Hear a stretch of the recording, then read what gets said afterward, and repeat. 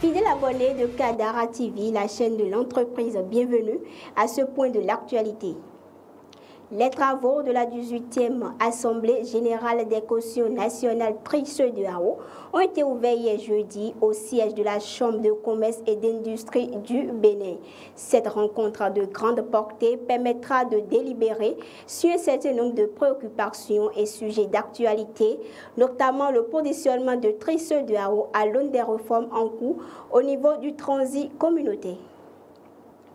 Le Bénin accueille du 26 au 29 juillet 2023 l'édition spéciale du Salon des banques, assurances et microfinances. Une édition initiée par l'agence Rod Contact en partenariat avec le magazine Le Monde des Affaires et qui vise à offrir plus de visibilité aux cibles et favoriser un brassage entre les structures de financement et les demandeurs.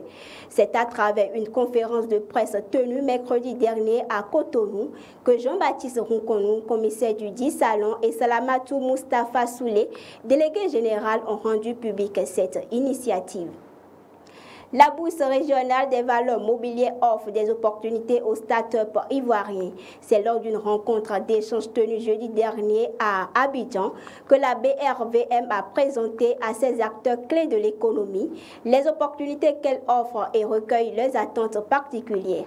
Soulignons que c'est autour de 3 axes majeurs de collaboration que les deux parties ont convenu de travailler. Il s'agit de comment les fintechs peuvent aider à vulgariser davantage la BRVM et comment faire évaluer les aspects réglementaires et technologiques pour favoriser l'aspect à la bourse, et enfin comment offrir un accès au marché des startups pour financer et se faire coter à la bourse. En Chine, le volume total des importations et des exportations de marchandises ont augmenté de 2,1% sur un an au cours du premier semestre de l'année 2023 après les données douanières publiées jeudi dernier. Les importations et les exportations de marchandises ont dépassé environ 2800 milliards de dollars pour la première fois durant la période de janvier à juillet, selon l'administration générale des douanes. En Chine, la plupart des moyens de production importants suivis par les autorités des statistiques ont enregistré une augmentation des prix début juillet par rapport à la fin du mois de juillet. Sur les 50 moyens de production importants classés en 9 catégories, dont les tubes en acier sans soudure, l'essence, le charbon, les engrais et certains produits chimiques, 35 ont vu leur prix augmenter, 12 ont vu leur prix diminuer et 3 sont restés inchangés d'après le Bureau des États des statistiques.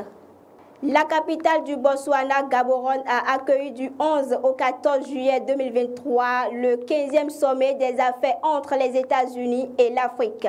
L'objectif spécifique de ce sommet est l'échange entre représentants politiques, institutions financières et entreprises pour tenter de renforcer les échanges commerciaux entre Washington et le continent africain. Plus de grandes conclusions et les acquis, nous y reviendrons dans notre prochain numéro.